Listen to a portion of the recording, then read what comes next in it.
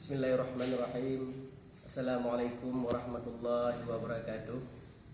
Saya Syekh Kahar Muzakkar selaku Ketua Majelis Adat Aceh Kecamatan Sawang, Kabupaten Aceh Selatan, menghimbau kepada seluruh masyarakat Sawang terkait dengan tausiah MPU nomor 5 tanggal 21 April tahun 2020 tentang tata cara pelaksanaan ibadah di bulan suci Ramadan dan kegiatan agama lainnya tahun 1441 Hijriah.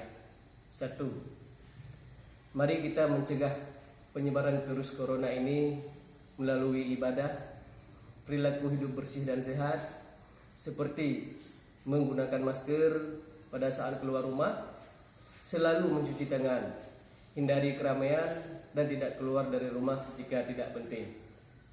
Yang kedua, mari menyambut bulan suci Ramadan ini dengan penuh rasa syukur, gembira dan sukacita, serta menghidupkan berbagai aktivitas amal soleh seraya mengharapkan ampunan dari Allah Subhanahu wa taala agar dijauhkan dari wabah penyakit COVID-19 atau corona dan bahaya yang menimpa.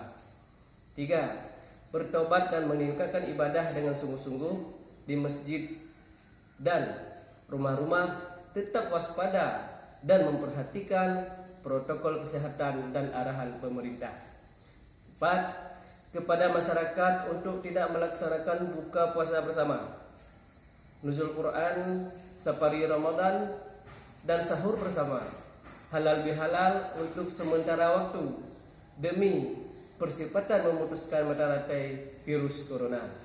Yang kelima, diharapkan kepada masyarakat yang berada di perantauan, kami Majelis Adat Aceh Kecamatan Sawang meminta untuk tidak mudik dan pulang kampung terlebih dahulu, yang berada di kampung halaman agar tidak berpergian untuk sementara waktu, agar upaya pemerintah dalam percepatan penanganan virus corona atau COVID-19 ini dapat berjalan dengan baik.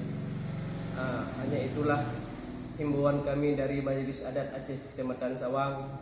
Sebelum kami akhiri, kami bawa satu pepatah. Alhamdulillah pujo hadirat Ateh Muhammad selawat baik tuo.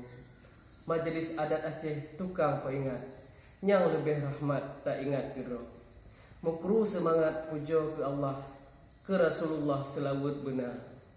Penyakit corona bedoh tak cegah, umi ngon ayah Bandung saudara.